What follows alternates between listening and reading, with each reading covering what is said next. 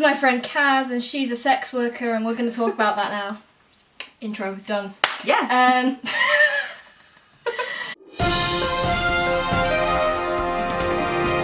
So, first of all, tell us what you do. Okay, I am a phone sex operator.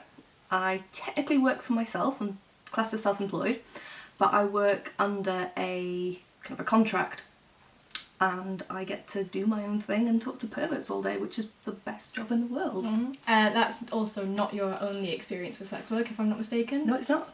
You also did porn? Yeah, I did a fetish shoot, a still shoot, and I also did a video shoot for a hypnosis site, which was great fun. You sound so professional. You've got like this professional... She's got like an interview voice. Have you done this before? No. Is this your phone voice? No, it's not.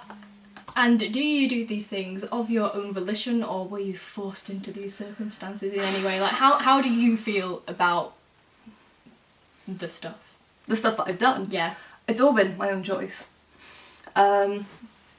With the fetish work, I had a friend who did it, who ran his own fetish site, and I kind of went, that's cool. Fair. And it kind of just went from there, really. Mm-hmm. And you would consider yourself a feminist, correct? Yes. How do you feel about how that relates to feminism? Well, I'm taking kind of control of my own sexuality and my own, I run the show, as it were, with the callers. It's like empowerment and choice and yeah. that kind of thing. I would agree with that. I think that's some cool stuff. Of course, there are the swerves. Yes. How would you respond to people that say that all sex work is inherently sexist? It's just not. I'm trying really hard not to answer my own questions, but my initial response is just that's such a backwards way of looking at it, isn't it? Like, don't tell me I can't do a certain job just because I'm a woman and therefore it's sexist, right? Yeah, I say just because you find it demeaning, it doesn't mean that somebody else who is in charge of it and is doing it of their own volition and enjoying it is finding it demeaning. It's like, oh, you found a passion for something. You're being oppressed. I wanted to ask next about the porn industry in general, or because yes, it is riddled with problems. Oh God, yeah. But like I'm assuming that you, like me, wouldn't say you are anti-porn on the whole. What are you talking about? I've never watched porn. Yeah, no. I enjoy porn. I really enjoy kind of watching. I really enjoy porn outtakes. Is that bad? I've never watched porn That's outtakes. so funny, especially if you like... I mean, I can imagine, obviously. Yeah. Like all the things that just go wrong. Oh, I'd have to. I'm gonna, like, if you have any great montages or anything. It's great. Me. I love it. Yeah, because that leads quite nicely into my next question, which was, this was one of the main things I wanted to ask you. Generally, how do you feel about your clientele and the people, basically the people that use, like, porn and all manner of sex work? Yeah. Like, do you look down on those people? Oh God, no. That's good, yeah. Yeah, like, it's what works for them, and I mean, everybody's circumstances are different, and people's reasons for calling the sex lines are about as different as the callers themselves. Some people will just say, oh, I was watching some porn and I felt a bit horny, so I decided to give a girl a call. And I think a lot of guys do prefer, rather than... That literally hadn't occurred to me, that people might call you because of that. Like, I assumed it'd be like the other way around, Yeah. That is really interesting. Yeah, because we're actually linked into another porn site. Oh, so like you're the kind of like thing that gets advertised a little that? bit. Not quite. We do have our own site. Yeah. But we do have a link to our site from another porn site. So, so I think people, if they get horny and they see a video that they like, and then they kind of go, oh, I can talk to a real person about this. That's good. It's actually really fun. And then there's other circumstances that, like, I've had callers that break my fucking heart when they've told me about, like, horrible things that happened to them and people who are, like, widowed. I had someone whose wife was terminally ill and had okayed him to use the sex lines because she was in too much pain to And it's just like... I would actually just start crying. Yeah, I was like, mate, I'm going to give you the wank of your life, but you've made me so sad. That sounds about like the appropriate response. Yeah, I was just like, okay, let's do this. I think I'm really glad you shared that story as well, because I feel like so many people have this idea of anyone that enjoys this kind of material as like some sort of, you know, sex obsessed perverts. And like, for so many people, it can be like just an element of a positive thing, you know?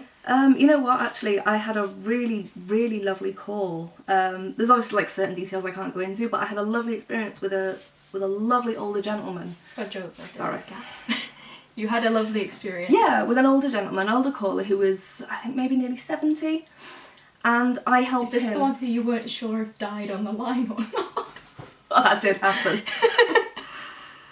Yeah, no, that wasn't him. It wasn't him. This is a recent one where I helped him relive a romantic / sexual experience from his 20s. Oh. Through, you know, he was describing the whole thing and I was reacting to it. Oh, that's lovely. It was so sweet.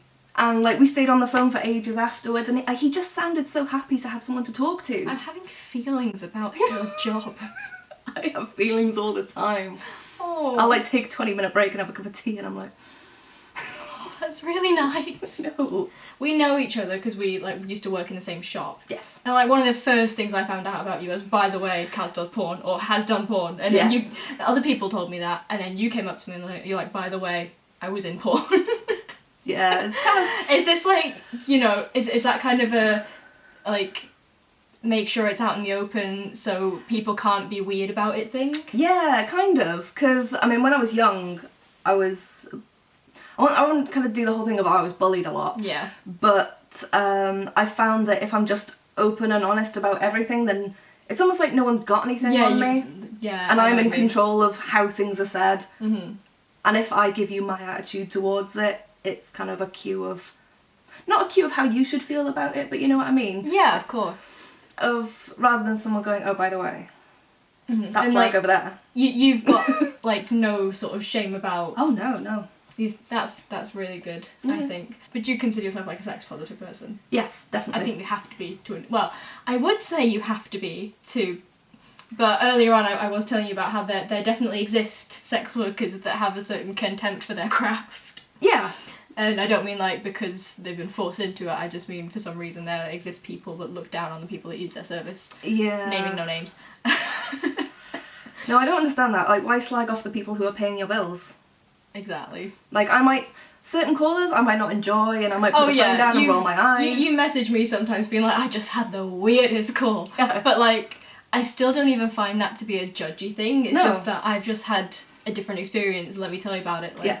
It's like, this is what happened today, and this is what I love about the phone sex work, is that even though I have my regulars, because I've made a routine, so I have people who call me regularly, I don't have the same day twice. How do you feel when people describe sex work as like selling out or selling yourself, or when people act like it's some sort of lazy cheap cop-out to doing a real job? Like, how does that make you feel? Supply and demand. Like, it's as simple as that. Like, I mean... Someone's got to do it. Yeah, and I mean, the two industries that... Like working at McDonald's. Yeah, two industries that are never going to fail are sex and death.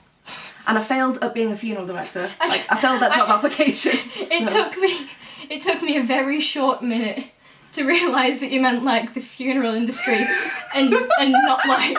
Professional assassin. Yeah. No, I think if anything, like, you've got more job security than most people, don't you think? Yeah, and this is it. And, well, my partner wants to change jobs at the moment. And I've said to him, look, one thing that you do not need to consider is my job, because as long as I've got a landline, I've got a job. Brilliant. Like, we can move anywhere, and as long as I notify the admin, my number's changed, this is what it is, they can redirect my calls. Brilliant. We just got into a little ramble that's going to get cut. So, to summarise, like... Please recap what you literally just said to me. Yeah, so with the whole... I get a lot of questions, particularly about guys of, you know, do you really enjoy this? Are you faking it? For the most part, it depends on the interaction I have with them and the level of effort that they want to put into it as to how much I enjoy it. Because, I'll be honest, there have been guys that have called me and they've said, look, I'm into this fetish and that's what I want to have a conversation about, and I've been like, great. Like, I have a lot of experience with this fetish, we're going to have a great time. And they just bore the shit out of me. And it's like drawing blood from a stone, trying to get an interaction. Wow. Oh my God. You know, and there's these kind of awkward silences where you're kind of saying, well, and how does that sound? And can you imagine how that would feel? And you're just kind of getting nothing, and you're thinking, oh, okay, this is great. And then there's a guy who called me up whose fetish did nothing for me in real life, but he was so into it. And that was fun for you. That was sexy, and that was fun. Yeah. And I was like, in real life, this would fucking repulse me. I think, like, I mean, with good reason, I feel like there is a lot of cynicism surrounding, like, how sex workers must feel about their work. Like, yeah. you always see people talking about porn stars being like, oh, well, they're obviously not actually enjoying it.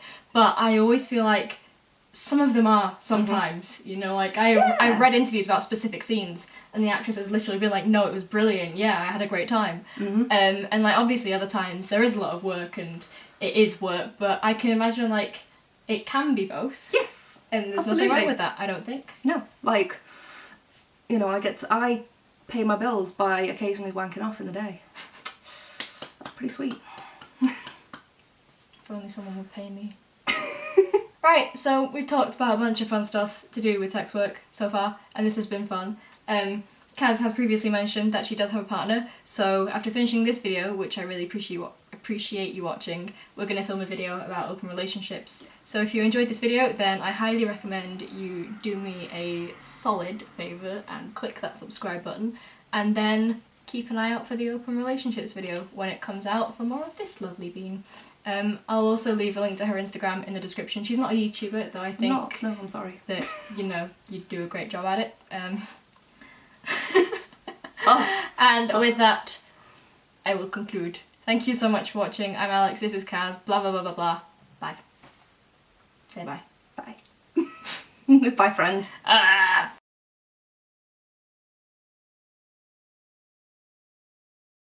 God, I'm making my mother proud.